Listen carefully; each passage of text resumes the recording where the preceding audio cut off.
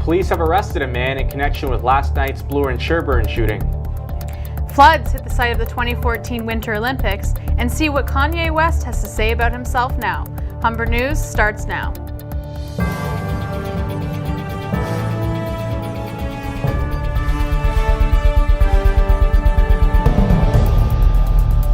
Hello, it's Wednesday, September 25th. Welcome to Humber News, coming to you from the Broadcast Center here at the North Campus. I'm Jonathan Rumley. Thanks for joining us. And I'm Rachel Landry. Ahead on our show, we'll have all your news and entertainment highlights, as well as your 5-day weather forecast. But first, John has our top story. Toronto police have arrested 2 men following yesterday's shooting at Bloor and Sherburne. A man in his 20s was shot in the leg outside of a barber shop Tuesday evening. The suspects fled the scene by car. They were captured a short time later by police after crashing their vehicle near Yonge and Davenport. One of the suspects attempted to flee again, but was eventually caught on foot. Paramedics transported a man with serious but non-life-threatening head injuries to the hospital, and the Special Investigations Unit has been called in.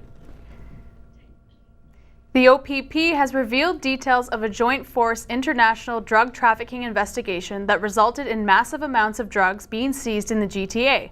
The joint investigation involved Toronto Police and the Canada Border Services Agency. An international drug ring with connections to the GTA was targeted, and over $200 million worth of drugs were seized. 8 search warrants were executed on Tuesday in various homes and businesses in the GTA. The bust involved 11 Ontario residents who are now facing various drug-related charges. After 10 years at Queen's Park, Liberal MPP for Niagara Falls, Kim Crater, has resigned from the Ontario legislature. Crater's departure will mean another by-election for the governing Liberals, their 6th this year. 5 Ontario by-elections were held in August, and all seats were vacated by Liberal MPPs.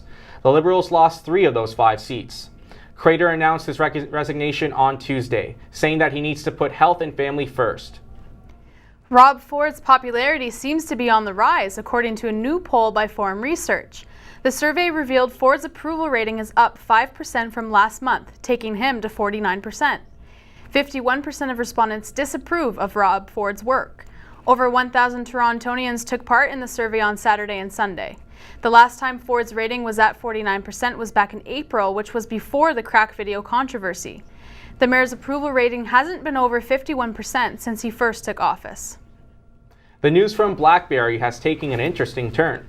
With the proposed sale to Fairfax Financial looming, BlackBerry announced they're hiring.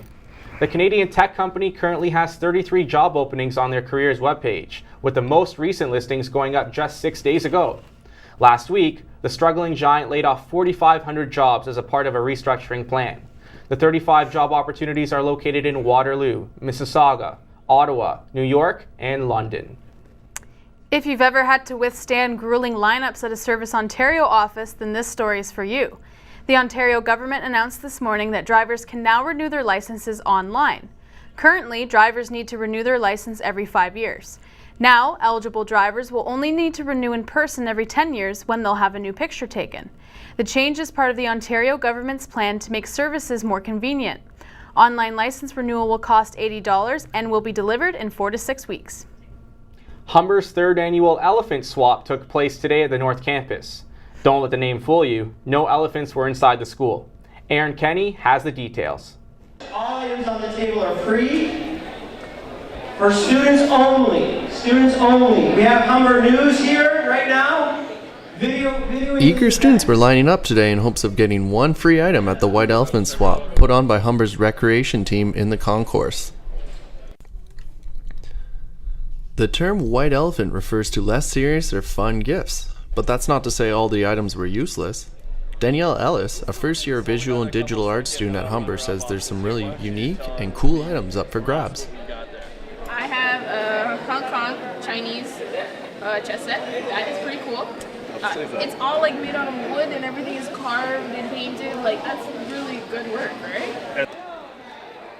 A lot of the items available today are very practical for students.